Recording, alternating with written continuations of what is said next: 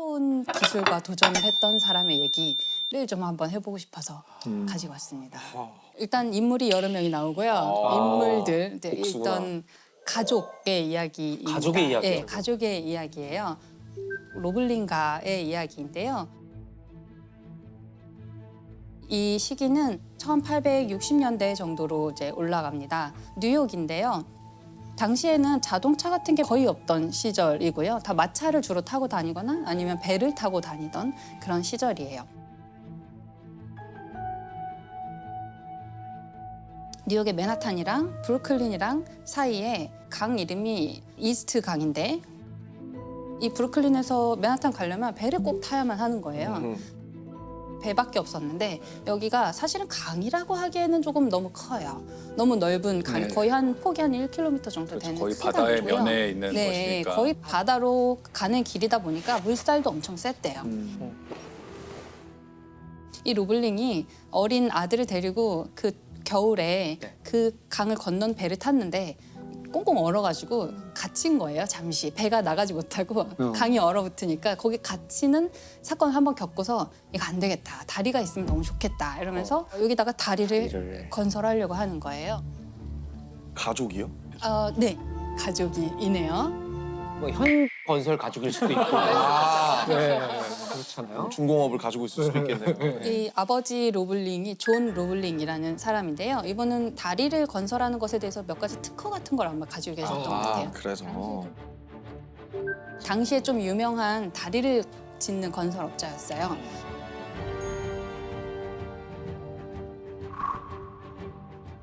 다리가 있으면 너무 좋겠다 이러면서 당시 아마 시장도 설득하고 돈도 또 펀딩도 끌어모으고 예, 물밑 작업을 몇 년 동안 해서 결국에 이 사업 계약을 따내요. 네. 브루클린이라는 다리를 놓게 되는 게 1869년에 시작된 일이고요. 뉴욕의 어떤 상징적인 건축물 중에 하나인데요. 이 브루클린 다리는 현수교라는 방식이거든요. 현수교 다리인데 뭐냐면 이렇게 상판을 다리가 여러 개가 받치는 게 아니고 이 상판을 강선에다가 묶어서 달아놓는 방식이에요. 아무튼 이런 현수선을 사용하는 현수교인데 얘의 특징이 뭐냐면 아주 큰 주탑 2개만 있으면 다리를 길게 건설할 수 있어요. 그리고 이 다리가 교각이 2개밖에 없는 거예요. 그러니까 원래 다니던 배들이 계속 다니기가 쉬운 거예요.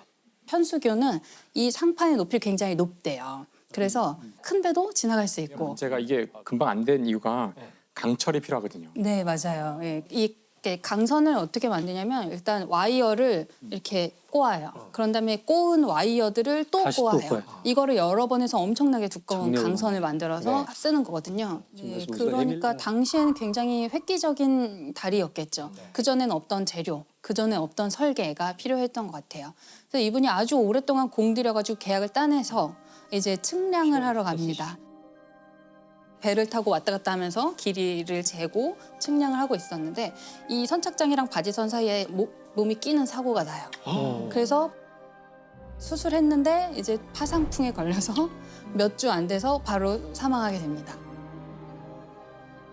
엄청나게 큰 계약을 따내서 이제 막 꿈을 실현하려고 하는데 시작하지도 못하고 사망하신 거예요. 그래서 이제 자연스럽게 아들 워싱턴 로블링이라는 사람이 이제 그 일을 이어서 하게 됩니다.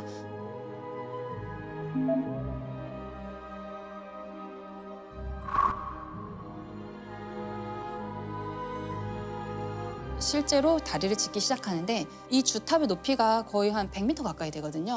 엄청나게 높은 주탑을 집안에다 잘 다리를 박아야 되는데 물밑까지 들어가야 되잖아요. 물밑에 들어가서 집안을 파내고 다리를 놓고 또 다시 다져서 이 일을 해야 되는데 이분은 이제 좀 더 현대적인 방식의 잠함이라는 걸 도입을 해요. 예, 이름이 케이슨인데 예, 이게 뭐냐면 거대한 나무 상자 같은 거를 이제 거꾸로 뒤집어서 물 바닥에 가게 하는 거예요. 나무 상자라고 제가 말은 했지만 뭐 테니스 코트 몇 개의 크기의 거대한 상자를 물 밑에 가라앉힙니다. 그리고 여기다가 압축 공기를 싸가지고 이 안에는 물이 이제 들어오지 않게 하는 거예요. 공기가 있으니까 여기 공간이 확보가 되는 거죠.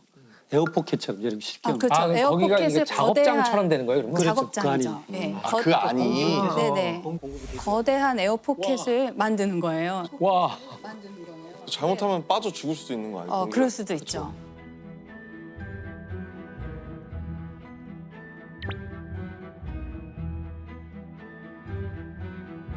이 사람이 이걸 배우려고 유학도 갔다 와요.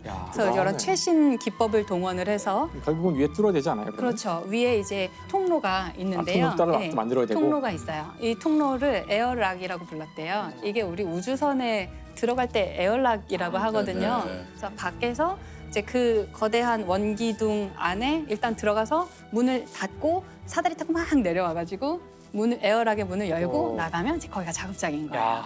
이게 완전 우주선 같은 정말 어마어마한 시스템을 그 당시에 만들었던 거죠.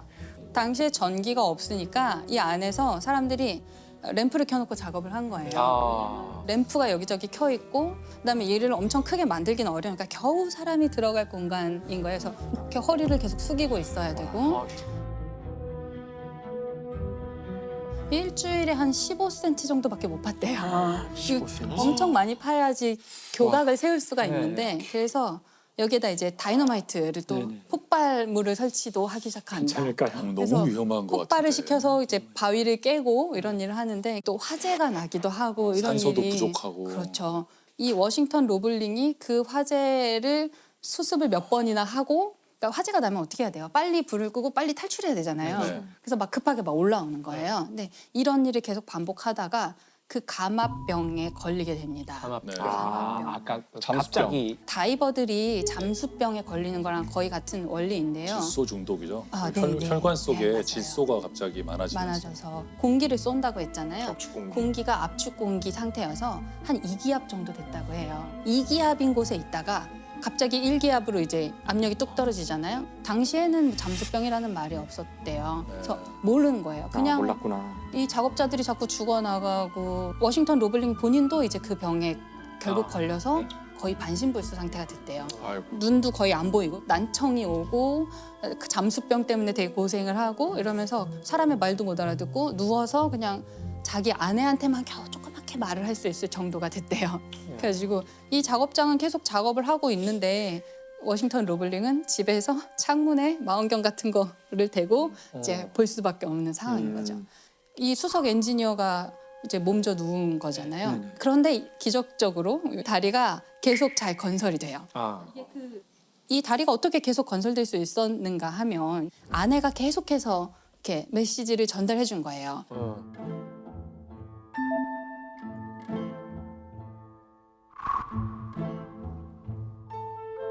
이거 지금 뭐 해야 된대, 여기 어떻게 해야 돼, 뭐 이런 걸 계속 한 거죠. 그리고 인부들도 잘 다독이고 구슬리고 뭐 정치인이나 이런 펀딩을 했던 어떤 사람들이 찾아오면 또 그 사람들 로비도 열심히 하고 이러면서 그 현장을 계속 지켜준 거예요.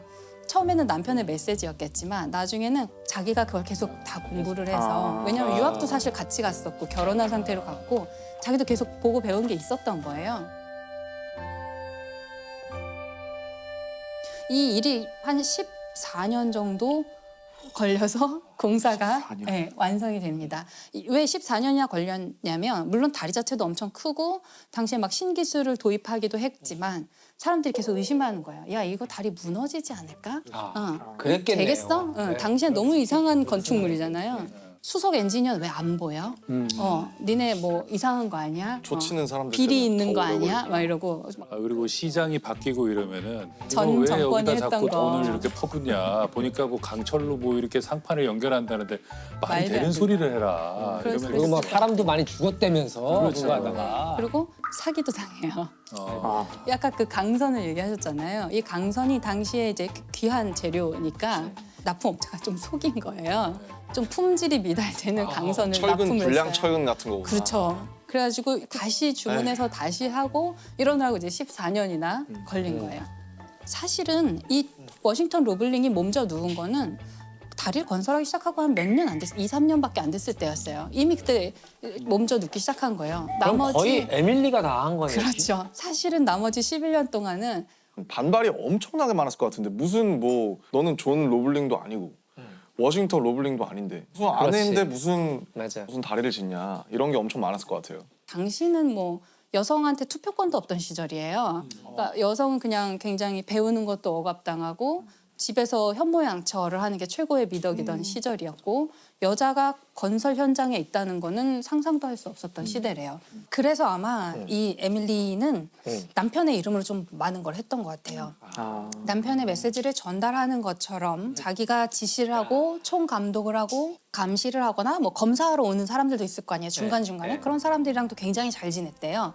그래서 이 11년이나 됐잖아요. 네. 사실 11년 동안 현장을 이끌어 나간다는 거는 본인이 그 모든 걸 실제로 그렇죠. 관장하고 있지 않으면 사실 불가능한 일이잖아요. 그게 현장에 있는 사람들은요 어느 순간 알았을 거예요.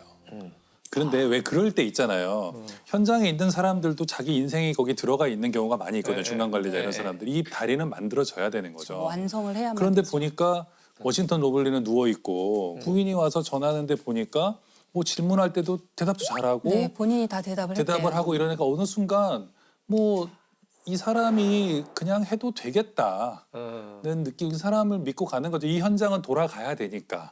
작가님 되게 정확히 보셨어요. 네. 실제로 그랬다고 하더라고요. 네.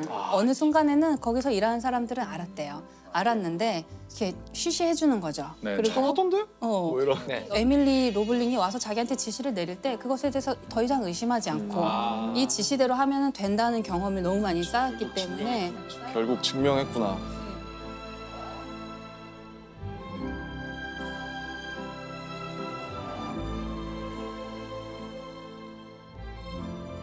그래서 24년 동안 이 다리를 건설을 어쨌든 무사히 하고 이제 마치는 날 승리의 상징이라고 하는 수탉을 안고 마차를 타고 이 다리를 이제 최초로 건너는 사람이 됩니다.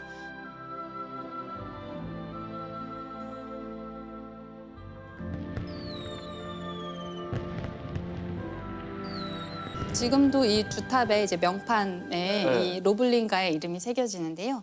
에밀리 로블링 제 위에 있어요. 이야. 아니 이 양반 되게 멋있네. 플렉스네. 그 브루클린 다리가 차가 다니는 길이랑 사람이 보행하는 길이 따로 있거든요. 근데 처음에 지을 때는 사람 왜 이렇게 쓸데없이 나눠서 짓냐, 그리고 보행로가 왜 따로 필요하냐라고 지적을 했다고 해요. 근데 그렇게 한 이유가 이 다리를 놓으면 브루클린과 맨하탄을 오가는 시민들이 많아질 거고 상업도 더 많이 발달할 거고 교통량이 늘어날 것이다. 엿수앞을 보신 거야, 그리고 진짜. 사람들은 이 다리를 걸어서 건너야 될 필요가 반드시 생길 것이다. 큰 도시는. 유명한 장면은 9.11 테러가 났을 때 사람들이 이렇게 그 먼지를 뒤집어 쓰고 묵묵히 그 걸어가는 그 사진들이 있거든요. 그게 브루클린 다리예요. 작년에 이 근처의 공원에 에밀리 로블링 플라자 광장이 새로 이제 만들어졌다고 하더라고요. 저 다음 주에 뉴욕 가는데. 오, 한번 뉴욕? 에밀리 로블링 광장 한번. 있어 뵌다. 브루클린 다리를 브루클린 다리를 한번 보면서 네. 이 에밀리 로블링이 이 다리를 다 건설한 다음에 법학 이런 것도 새로 공부를 하시고 공부하고 사회활동하는 삶을 살았는데 이분이 1900년도 초반에 뭐 그렇게 많지 않은 나이로 중년의 나이에 이제 병으로 돌아가시는데요. 미국의 여성 선거권이 1920년에 그걸 못 보셨구나. 네. 그러니까 그 정도로 굉장히 시대를 너무너무 그러게요. 앞서갔던 사람인 거죠. 당시에는 굉장히 여성이 억압받고 사회 진출도 네. 못하고 교육을 못하던 시기였는데 뭔가 기회가 주어졌을 때 사실은 더 잘할 수 있는 사람들도 있었던 거죠. 그렇죠. 시아버지 갑자기 돌아가시고 남편이 막 반신불수가 네네. 되고 이런 절망적인 상황이었지만 어쩌면 에밀리 로블링 개인에게는 기적 같은 사건이었을 수도 있죠.